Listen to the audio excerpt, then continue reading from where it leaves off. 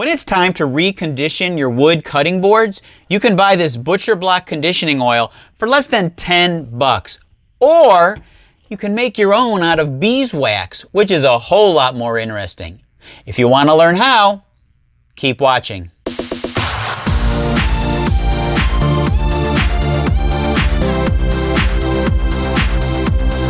So I'm going to be making two simple recipes for your cutting board oil. First thing you need to keep in mind is whatever products that you use, they have to be food grade. So the one ingredient is going to be beeswax and the other ingredient is going to be an oil. The first oil we're going to make up is mineral oil. I picked this up at Walgreens and it says on it, for relief of occasional constipation. Yeah! Tasteless, odorless, colorless. This is an intestinal lubricant. Safe. The second product I'm going to be using is what's called fractionated coconut oil. Now, this is not the exact same coconut oil you find in your grocery store.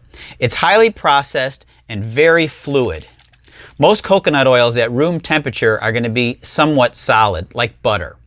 But this one, as I said, is highly processed, and the thing that you want to do whenever you're going to be using any ingredient, you want to keep in mind, is it going to go rancid? Now, these two products will not go rancid. Other products like olive oil or grapeseed oil or walnut oil all have concerns. Either they can go rancid rather quickly or they can be a problem for people who are allergic to peanuts. So keep that in mind with whatever product that you're going to be putting on the cutting board, which is going to be touching your food. So how much mineral oil and how much wax do you actually need? The end product has to be somewhat fluid. This is not going to be like a solid or a paste wax because you want to be able to drizzle it on and rub it in. So I've done a little bit of research and it seems what you want is about a 9-to-1 ratio. What that is about a half of an ounce of beeswax and a cup of oil. So 9-to-1 by volume. So the process to make this is actually going to be the same both for the mineral oil and for the coconut oil. What we're going to do is get a double boiler set up. Don't use any pots and pans from your kitchen.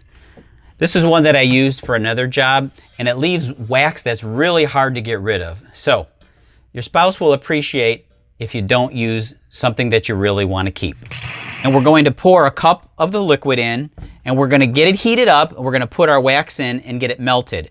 The wax melts at about 145 degrees. Once it's thoroughly melted and mixed, we're going to pour it off into some containers where we're going to let it cool.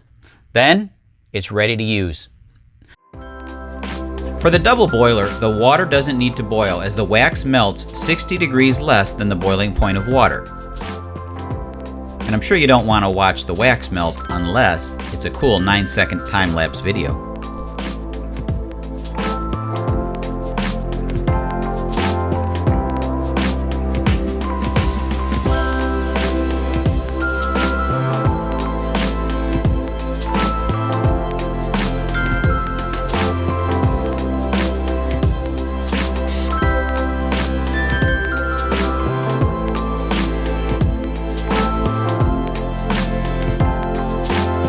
After being in the refrigerator for about 10 minutes, I took them out and let them sit for about 45 minutes. Both of them are just about at room temperature. You can see they've solidified and they're sticking to the inside of the jar, but you can still hear it. So what we're going to do next, on one side of the cutting board, we're going to put our coconut oil mixture, and on the other side, we're going to use our mineral oil. Now, most people would probably put this on using a rag, but I think what's actually better is to put this on one side of the board and rub it in using a clean rubber glove. You can use your clean hand for this part as well.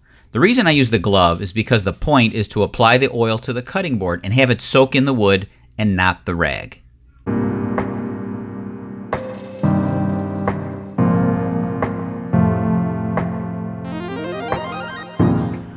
You can wipe it off right away, but I prefer to leave it soak in the wood for as long as possible, overnight even. There's no hurry to wipe it off, unless you need to use it right away.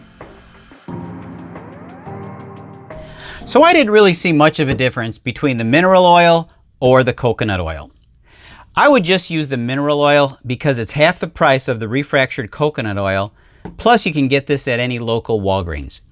As for the wax, I used 100% pure beeswax. If you want to see how I made it, refer to one of my previous videos called Separating, Melting, and Shaping Beeswax. Now some people might say, you should probably just purchase the stuff because it's got better waxes in it. Well, it does have carnauba wax in it, which is a harder wax. And it probably is a good idea. However, there isn't any wax you can put on a cutting board that's going to resist the beating that a knife is going to put on it. So I think these waxes will do just fine. Thanks for watching Alley Picked. If you liked the video, give it a thumbs up and subscribe to Alley Picked. Until next time, I'll meet you in the alley.